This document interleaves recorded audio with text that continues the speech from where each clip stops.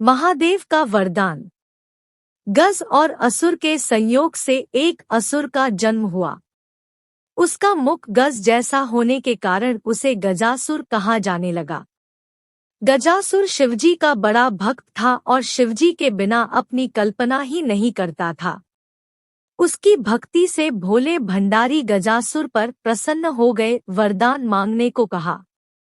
गजासुर ने कहा, प्रभु आपकी आराधना में कीट पक्षियों द्वारा होने वाले विघ्न से मुक्ति चाहिए, इसलिए मेरे शरीर से हमेशा तेज अग्नि निकलती रहे जिससे कोई पास न आए और मैं निर्विघ्न आपकी आराधना करता रहूं। महादेव ने गजासुरों को उसका मनचाहा वरदान दे दिया। गजासुर फिर से शिवजी की साधना में लीन हो गया। हजारों साल के घोर तप से शिवजी फिर प्रकट हुए और कहा, तुम्हारे तप से प्रसन्न होकर मैंने मनचाहा वरदान दिया था, मैं फिर से प्रसन्न हूँ, बोलो अब क्या मांगते हो। गजासुर कुछ इच्छा लेकर तो तप कर नहीं रहा था। उसे तो शिव आराधना के सिवा और कोई काम पसंद नहीं था। लेकिन प्रभु ने कहा कि वरदान मांगो तो वह सोचने लगा। गजासुर ने कहा, वैसे तो मैंने कुछ इच्छा रख कर तप नहीं किया, लेकिन आप कुछ देना चाहते हैं तो आप कैलाश छोड़कर मेरे उदर पेट में ही निवास करें। भोले भंडारी गजासुर के पेट में समा गए। माता पार्वती ने उन्हें खोजना शुरू किया, लेकिन वह कहीं मिले ही नहीं। उन्होंने विष्णुजी का स्मरण कर शिवजी का पता लगाने को कहा। श्रीहरि ने कहा, बहन आप दुखी न हो, भोले भंडारी से कोई कुछ भी मांग ले, दे देते हैं। वरदान स्वरूप वह गजासुर के उदर में वास कर रहे हैं।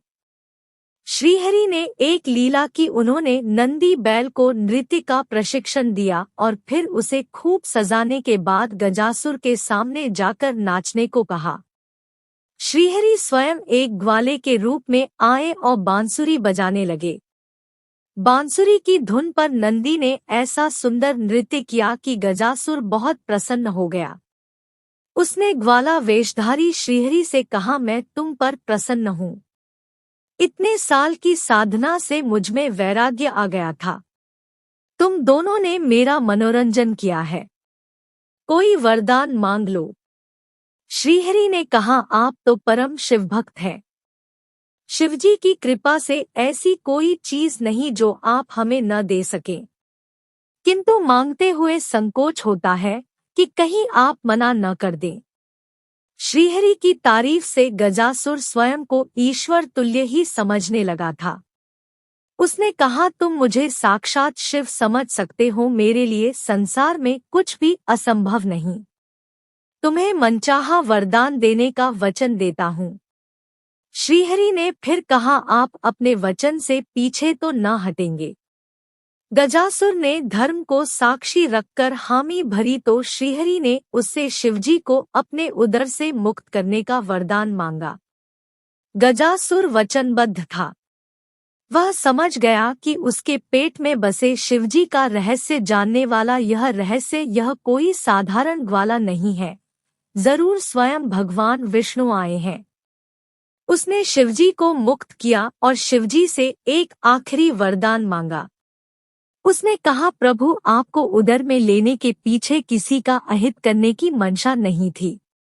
मैं तो बस इतना चाहता था कि आपके साथ मुझे भी स्मरण किया जाए। शरीर से आपका त्याग करने के बाद जीवन का कोई मोल नहीं रहा, इसलिए प्रभु मुझे वरदान दीजिए कि मेरे शरीर का कोई अंश हमेशा आपके साथ पूजित हो। शिवजी ने उसे वह वरदान दे दिया। श्रीहरि ने कहा, गजासुर तुम्हारी शिव भक्ति अद्भुत है, शिव आराधना में लगे रहो। समय आने पर तुम्हें ऐसा सम्मान मिलेगा जिसकी तुमने कल्पना भी नहीं की होगी। जब गणेश जी का शीश धड़ से अलग हुआ तो गजासुर के शीश को ही श्रीहरि काट लाए और गणपति के धड़ से जोड़कर जीवित किया था। इस तरह वह शिवजी के प्रिय पुत्र के रूप में प्रथम आराध्य हो गया। जय भोलेनाथ। हर हर महादेव।